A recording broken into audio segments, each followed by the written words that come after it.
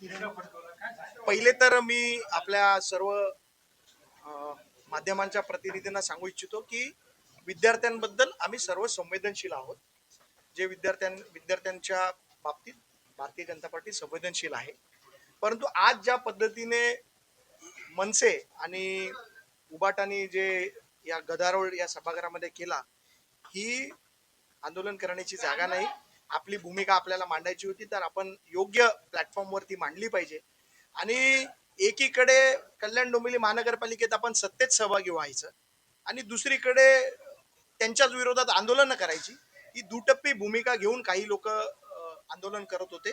त्यांचा फक्त मीडियामध्ये येणं आणि आंदोलन आम्ही काहीतरी करतोय हे दाखवण्यासाठी आजचं आंदोलन होतं. त्याचा आम्ही तीव्र शब्दामध्ये निषेध करतो. नाही, वंदे मातरम तर आम्हीच घोषणा देत होतो. वंदे मातरम, भारत माता की जय आणि या घोषणा तर आमच्याच होत्या. जय श्रीरामच्या घोषणा आमच्याच होत्या. पण जाणून बुजून सभागृहाला वेठीस धरणं हे कुठेतरी योग्य नाही. कल्याण डोंबिवली महानगरपालिकेतील आज महत्वाचे विषय आज सभागृहाच्या समोर होते. कल्याण डोंबिवली शहराच्या दृष्टीने अतिशय महत्वाचे विषय आज सभागृहासमोर होते. आम्ही पहिलेच सांगितलं की विद्यार्थ्यांबद्दल आम्ही संवेदनशील आहोत, परंतु चुकीच्या पद्धतीने आंदोलन करणं हे योग्य नाही. एकीकडे सत्तेत सहभागी होणं आणि दुसरीकडे आंदोलन करणं ही दुटप्पी भूमिका काही पक्षांची आम्हाला पटलेली नाही. त्यांनी जर एवढंच त्यांना वाटत असेल तर त्यांनी सत्ता सोडावी आणि सत्तेतनं बाहेर पडावं. मनसेचे लोक चुकीच्या पद्धतीने आंदोलन करत होते. त्यांना जर वाटत असेल तर त्यांनी इथला सत्तेतला सहभाग सोडा, म्हणजे सत्तेतला मलिदा खायसाठी ते सत्तेमध्ये राहायचं आणि एकीकडे तिकडे मुंबईमध्ये जाऊन आंदोलन करायचं. म्हणजे हे त्यांच्या नेत्यांसारखीच त्यांची देखील भूमिका दुटप्पी आहे असा आमचा आरोप आहे. असं म्हणणं आहे की एकीकडे मनसे तुमच्या सोबत सत्तेत आहे, दुसरीकडे ही भूमिका त्यांची आहे. तुमची काय प्रतिक्रिया? मनसे तुमच्या सोबत सत्तेत आहे, मनसे आमच्यासोबत सोबत आहे, पण यापूर्वी त्यांनी काही कल्पना दिली नाही आणि त्यांनी तहकुबी मांडली नव्हती. मी त्यांनाही सांगितलं होतं की तुम्ही तहकुबी मांडलेली नाही आहे, नियमाप्रमाणे जे बसतं आपण त्याच्यानुसारच आपण सभा चालूया.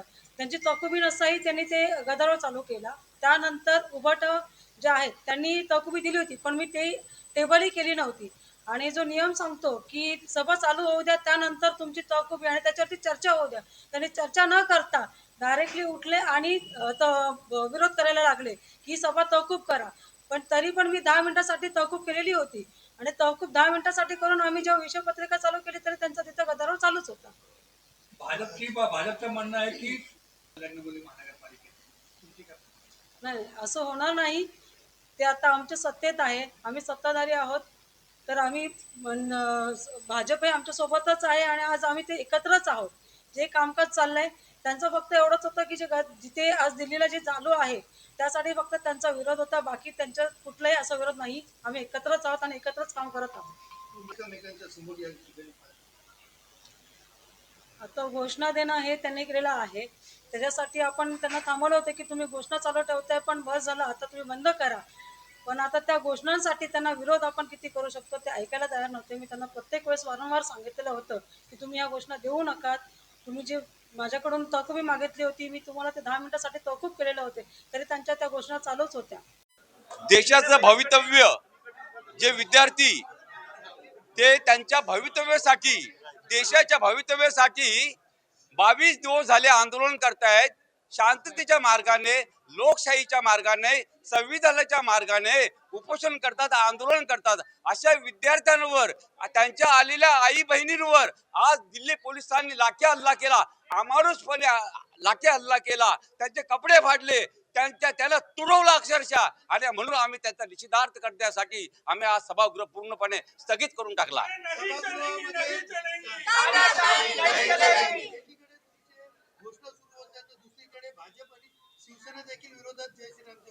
नाही बघा, शिवसेने बघा, जय श्रीरामच्या घोषणा आम्ही दिल्या, वंदे मातरमच्या घोषणा आम्ही दिल्या. याच्या पलीकडचा हा विषय देशाच्या भवितव्याच्या, ज्या तुम्ही देशाचे भवितव्य जे आहे त्यांच्यावर तुम्ही लाठी हल्ला करतात, ते पण अमानुषपणे. देशाच्या भवितव्यासाठीच बसलेत विद्यार्थी. भाजपकडनं विरोध या ठिकाणी दिसला.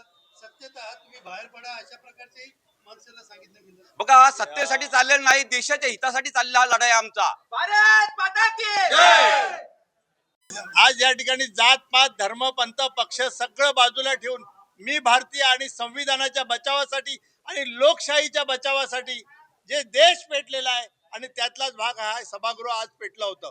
परंतु या ठिकाणी मी त्या लोकांचंही मनापासून अभिनंदन करतो, आभार व्यक्त करतो की ते तिथे बसलेले होते सत्तेवर, परंतु त्यांनी या आंदोलनामध्ये पाठिंबा दिला, सहकार्य केलं. मी त्या सर्वांचं भारतीय म्हणून अभिमानाने अभिनंदन करेन.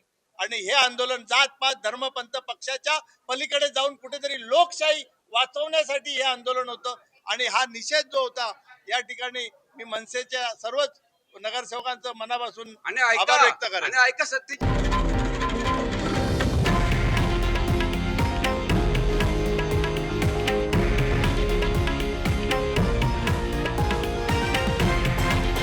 हे आहे देशातील नंबर 1 न्यूज नेटवर्क आणि आपण पाहत आहात TV9 मराठी, एकमेव.